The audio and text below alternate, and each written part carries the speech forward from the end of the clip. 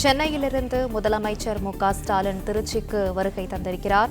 கரூரில் கூட்ட நெரிசலில் சிக்கி உயிரிழந்தோரின் குடும்பத்தினரை சந்தித்து ஆறுதல் கூறுவதற்காக முதலமைச்சர் மு.க.ஸ்டாலின் பயணமாகியிருக்கிறார்.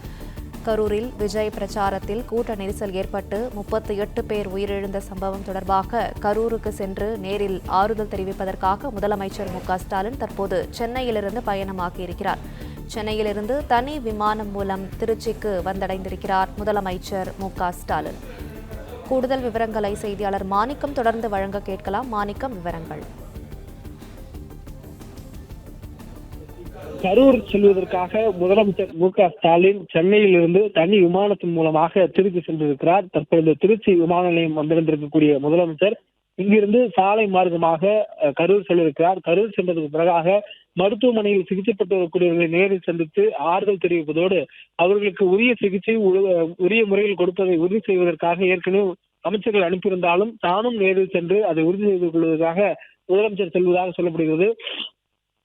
மேலும் அரசு சார்பில் அந்த பாதிக்கப்பட்டக்கூடியவர்களுக்கு துணை நின்று உதவி மேற்கொள்வதற்காக அந்த உத்தரவாதத்தை வழங்கும் வகையில் முதலமைச்சர் நேரில் சென்று அவர்களுக்கு ஆறுதல் தெரிவிப்பார் என்றும் சொல்லப்பட்டிருக்கிறது. அந்த வகையில் முதலமைச்சர் அந்த பயணத்தை மேற்கொண்டிருக்கிறார். மேலும் அவர்களை நேரில் சந்தித்து ஆறுதல் தெரிவித்ததற்கு பிறகாக செய்தியாளர்களை சந்திக்க கூடும் என்ற தகவலும் சொல்லப்பட்டிருக்கிறது. அதற்கான ஏற்பாடுகளும் செய்யப்படுவதாக சொல்லப்பட்டிருக்கின்றன. முதலமைச்சர் தற்பொழுது திருச்சி விமான நிலையம் வந்திருந்திருக்கிறார். அங்கிருந்து சாலை மார்க்கமாகத்தான் அவர் கரூர் செல்ல இருக்கிறார்.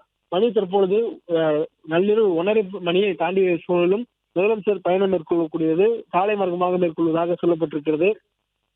அதன் பின்னர் அவர் அங்கிருந்து ஓய்வு எடுக்கிறதுக்காக செல்வார் என்றும் சொல்லப்பட்டிருக்கிறது. அதாவது கரூரில் சென்று சந்தித்து ஆறுதல் தெரிவித்ததற்கு பிறகு ஓய்வு செல்வார் எனவும், நாளை தினம் கரூரில் முதலமைச்சர் அவர்கள் இந்த விவகாரம் தொடர்பாக மாவட்ட நிர்வாகத்துடன் ஆலோசனை கூட்டம் நடத்துவார் எனவும் சொல்லப்பட்டிருக்கிறது.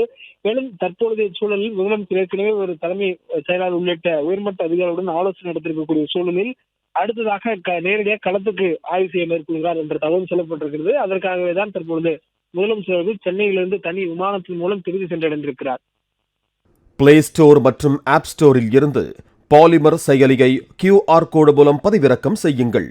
செய்திகளை உடனுக்குடன் பெறுங்கள்.